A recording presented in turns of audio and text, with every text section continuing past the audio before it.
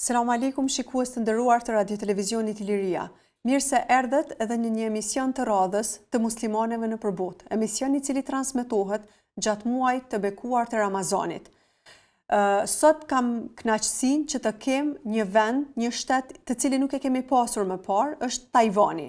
Të ftuar virtuale e kemi Safa Gjigoli, një vajzë e re e cila po përfundon, po studion master atje. Ajo do të na tregoj se me çka merret, si është jeta atje, si është Ramazani dhe periudha e koha e xherimit. Selam aleikum Safa. Aleikum selam rahmetullah. Faleminderit që e ke pranuar ftesën me qenë me ne. Faleminderit për ftesën, e kam për kënaqësi. Safa, si je, unë të prezantova si një vajzë e cila është do të thotë atje me master. A mundesh me bëni përshkrim të shkurt vetes, të lutem? Po, unë jam Safa edhe për momentin jetoj në Tajvan, në Taipei, në kryeqytetin e Tajvanit domethënë. Këtu jetoj që 2 vjet e gjys, edhe kam marrë si bursiste për me studiu një deg master në National Chengchi University, që i bjen Universiteti për Politika, në International Studies. Është një program internacional i masterit për International Studies. Edhe pas studimeve, vetë si jam punësu këtu dhe punoj me British Council të Tajvanit, edhe jetoj këtu, më bëjë qenë shumë si vend, edhe mësoj për këtë kulturë edhe kështu. Po, qysh është eksperjenca në Tajvan, Safa, me qenë për shkak se nuk besoj, a ka shqiptar atje? Nduket se nuk je si këto vendet, po? Sipas dijenisë tem, prej Kosovës jam veçun. Apo? E prej Shqipërisë, sipas statistikave se Ministria e Punëve të Brendshme të Tajvanit, ose Agjensioni për Imigracion, publikojnë statistika zakonisht, edhe prej Shqipërisë që janë 5 veta në krejt Tajvanit, edhe prej Kosovës është një. Aha, e që je ti? Që jo nuk ka shqiptar. Po. So interesant. Çfarë ndjesi është me ditë veten që je vetëm e Kosovës atje? Pa interesant, dhe zakonisht shoqënia bojnë hajgare, thonë që wow, pe njohëm veç njërin e vetëm prej Kosovës në Tajvan. Kështu që po, ka njerë mundet me konë pak ki nevojë nashta me folë me dikon popullit tonë ose kombit tonë, mirë po ditë po edhe interesant. Po. A jetë një mikse. Po, pe kuptoj. A je taku ndonjëherë me ata shqiptarët e Shqipërisë që i ke pas që jenë atje? A ke pas rast? Jom taku me 2, kanë qenë studenta për gjuhë kineze, kanë ardhur mësu gjuhën kineze, me po tash janë në një qytet tjetër, në jug Tajvanit, që ka emrin Kaohsiung, kështu që në Taipei jo. Aha, okej. Çka është specifike në Tajvan, Safa? Çka është specifike në Tajvan? E para, ndoshta statusi pak a shumë i ngjashëm ndërkombëtar me Kosovën. Edhe Tajvani është shtet i pavarur, mirë po ju shumë i njohur ndërkombëtarisht, edhe ka shumë pak marrëdhënie diplomatike zyrtare. Njëjtë edhe nuk është pjesë e OKB-s sikur Kosova, kështu që gjithmonë e ngjallin atë konfuzitetin, a është Tajvan, a është Kinë. Mirë po është shtet ishull, edhe kjo e bën shumë interesant, edhe pse këta e konsiderojnë vend shumë vogël, po në krahasim me Kosovën është 4 herë më i madh se Kosova. Edhe sipas eksperiencës tem, edhe pse është një vend i vogël, po me njerëz shumë të mirë, edhe me shumë liri, edhe të shprehurit edhe të besimit, edhe me një kulturë shumë të mirë, që deri tash unë kam mësuar shumë gjëra. Kështu që besoj që kjo bën toleranca shumë e madhe dhe një lloj ku secili grup në një farë mënyrë bashkëjeton me njëri tjetrin pa problem. Po, e përmende kulturën e Tajvanit, Safa. Çka kishe specifiku te kultura aty në diçka të mirë? Diçka të mirë te kultura e Tajvanit, po nashta e para janë shumë njerëz diligjent, çka ka shumë me vrejt, sidomos në aktivitet fizik, ose në punë, ose është shumë normale, ka rast që kom ndajt në xhami për me falë namazin e sabahut, edhe verës ka përfundu namazin ashta pak para 5-ve në mëngjes. Edhe xhamia e Taipeit ka një park, në parkun më të madh Taipeit përballë. Edhe zakonisht është i mbushur me njerëz në atë kohë, që kanë të bëjë fizik, është një vend shumë i hershëm. Edhe shumë kultur, gjithçka funksionon shumë lehtë edhe pa problem. Edhe është një vend efikas, kisha mujtë të tonën, edhe populli vetë janë shumë efikas.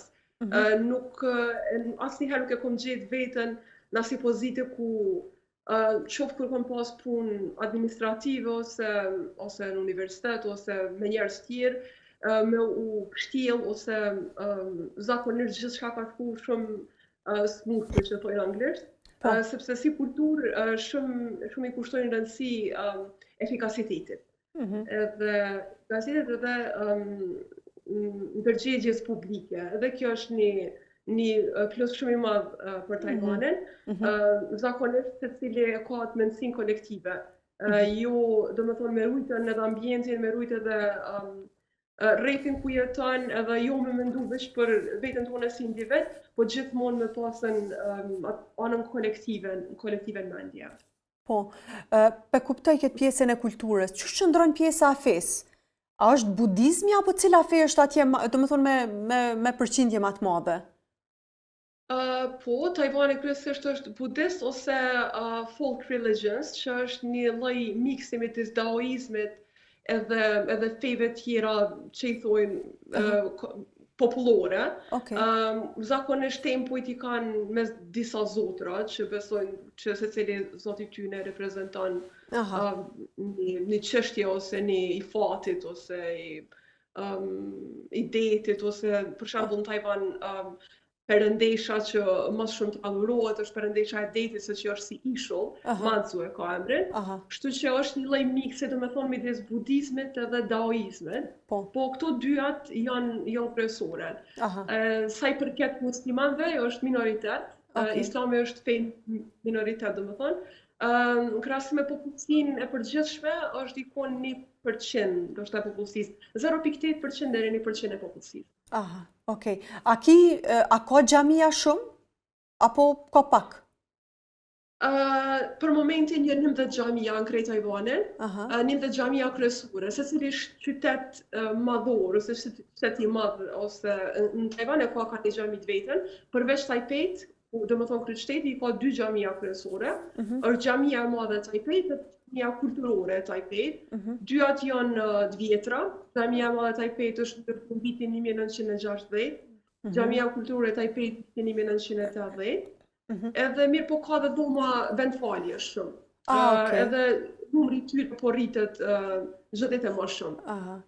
Qa po bën që numri të në mu rrit çdo ditë? Po rritet numri muslimanëve që po shkojnë atje apo po konvertohen? Çu shpesh ti? Edhe dyat, po më shumë rritje e numrit muslimanëve, se për momentin indonezianët janë grupi më i madh i muslimanëve të huaj që vinë si punëtor domestic workers, zakonisht për kujdesin sidomos për kujdesin e pleqve ose kujdesin nëpër shtëpia, ka shumë indonezianë që vinë këtu. Për momentin, sipas statistikave ka shku gati në 200.000 numri i tyre, edhe si për ka plot për indonezistë që vinë. Kështu që numri i tyre, rritja e numrit të tyre ka ndikuar që me fillu Taiwani dhe me mendu se qysh miu për shtat numrit këtyre punëtorëve që po vinë, për shembull, është një qytet janë 1 orë larg prej Taipeit, ka emrin Hsinchu, edhe vitin e kaluar është ndërtuar një vendfalje aty me iniciativën e peshkatarëve indonezianë, se kanë pas nevojë për një vend ku mu fal, edhe është në afër bregut detit. Ku ata kanë lehtë mandej prej kur të vinë me anije të tyre të peshkimit, më ardhë mu falë dhe më ndaj e vazhdu punën e tyre. Po të njëjtën kohë Taiwani mundohet me mbajt imazhin e Muslim friendly destination.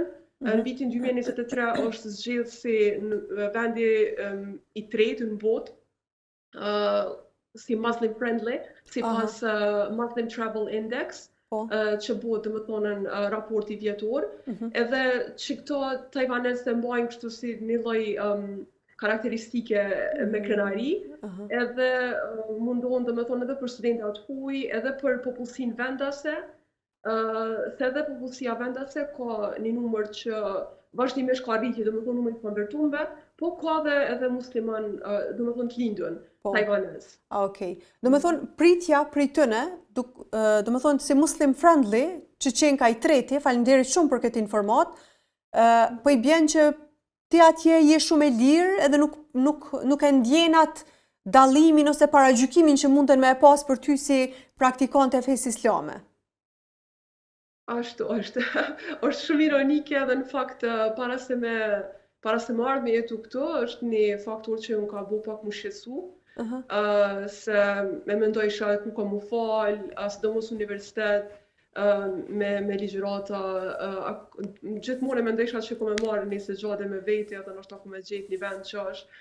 Edhe sidomos ka njerë edhe atë frikën se kom jetu edhe në Evropë, edhe nuk e kom pas gjithë atë,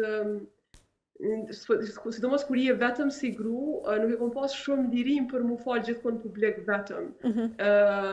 Tajvan plotësisht ndina e sigurt në atë aspekt, se është kryesisht për arsyes që njerëzit janë shumë të afërt dhe shumë dashur edhe zakonisht nuk i intereson për fenë ose besimin e dikujt tjetër, edhe gjithkush ndihet jashtëzakonisht i lirë praktikimin e çasaj feje që e sheh.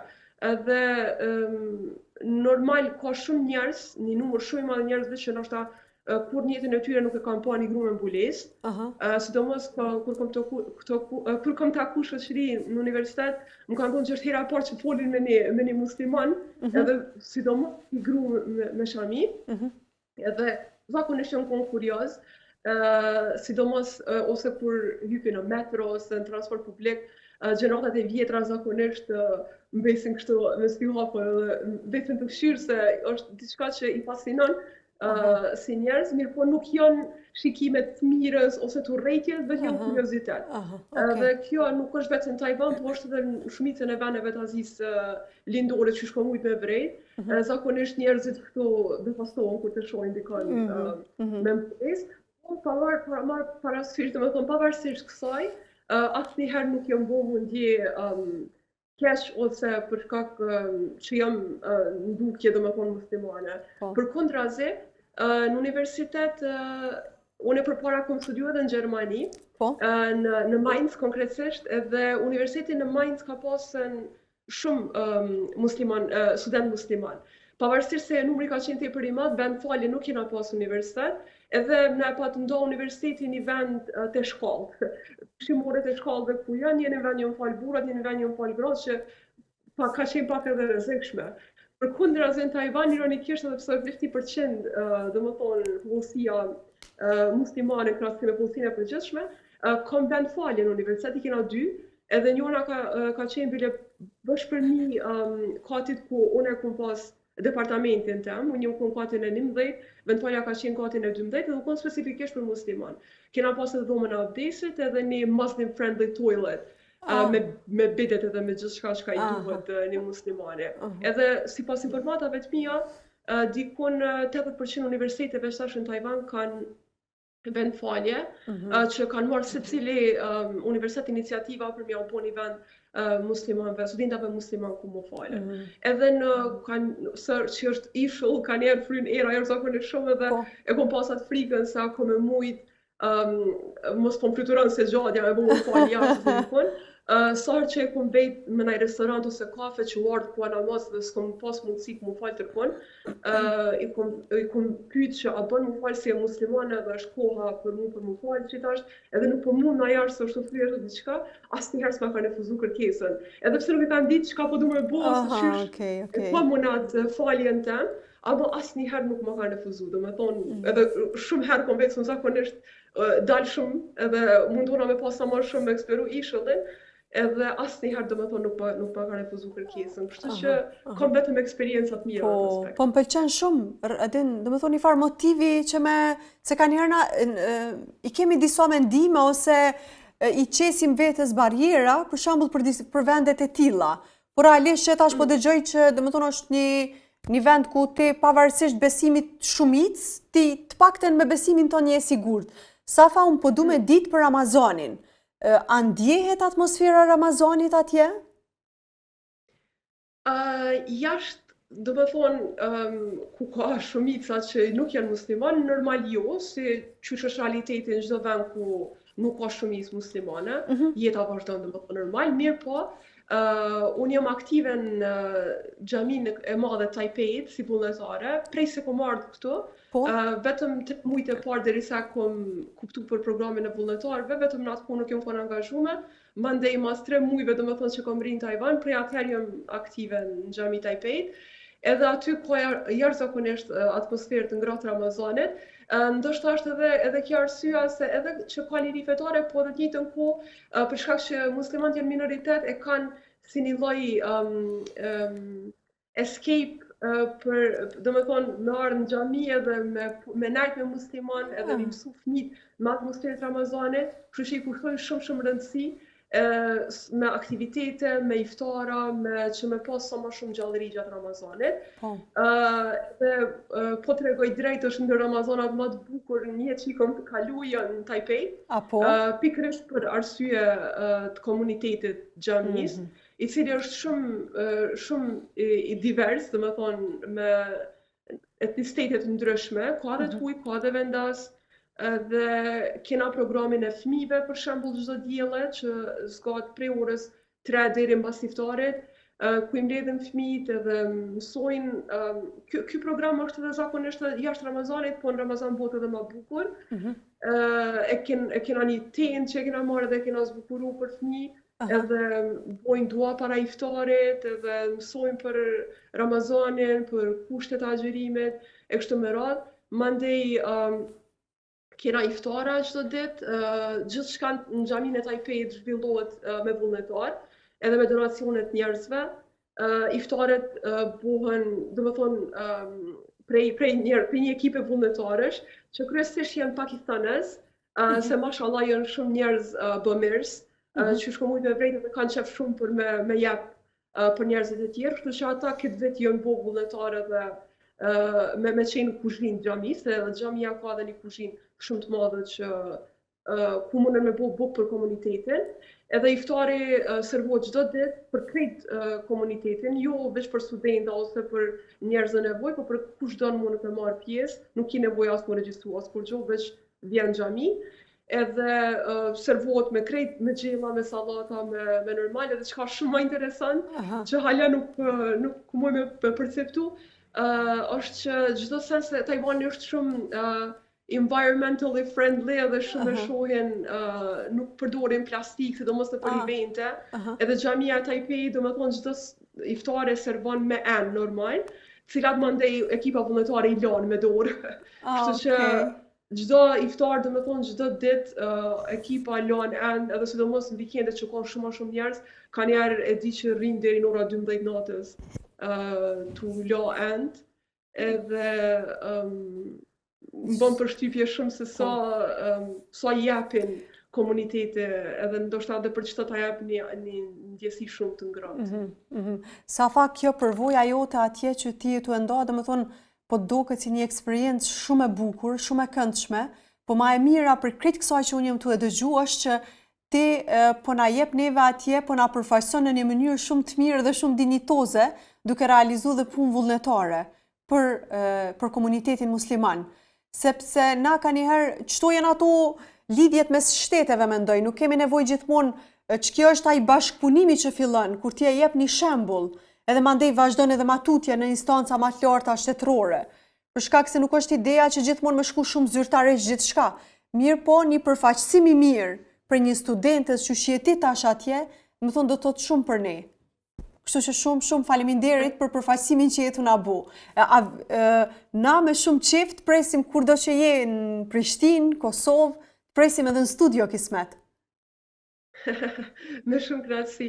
Për mua është shumë e rëndësi kudo që jam me jap kontribut për komunitetin, çfarëdo mënyre që më japet mundësia, Edhe këtu e kom pas që me qito kom mundësi mas shumë ti, po edhe ajo po se normal une si Safa mas pare prezentoj vetë vetëm, po gjithmonë njerëzit vesin edhe prej ka ti edhe kush je. Normal. Edhe Xhamia e Tajpejt ka një komunitet shumë me njerëz i personave të ndryshme edhe në fakt kena edhe ambasador Tajvanit që janë musliman, edhe që kanë shërë vende të ndryshme në Turqi ose në vende arabe, si në Arabi Saudite ose në Libi, mandej në Sudan e kështu me radhë.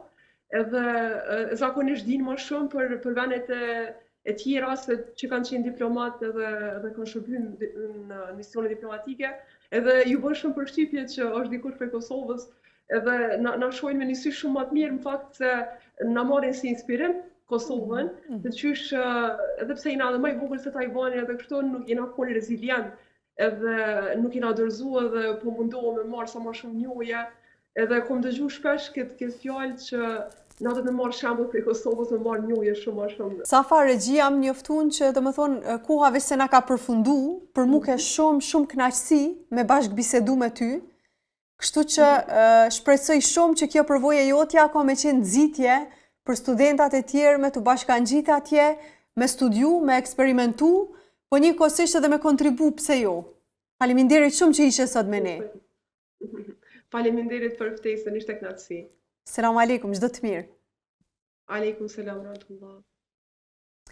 Shikues të nderuar, faleminderit shumë që na shikuat dhe dëgjuat. Miropafshim në emisionin e radhës.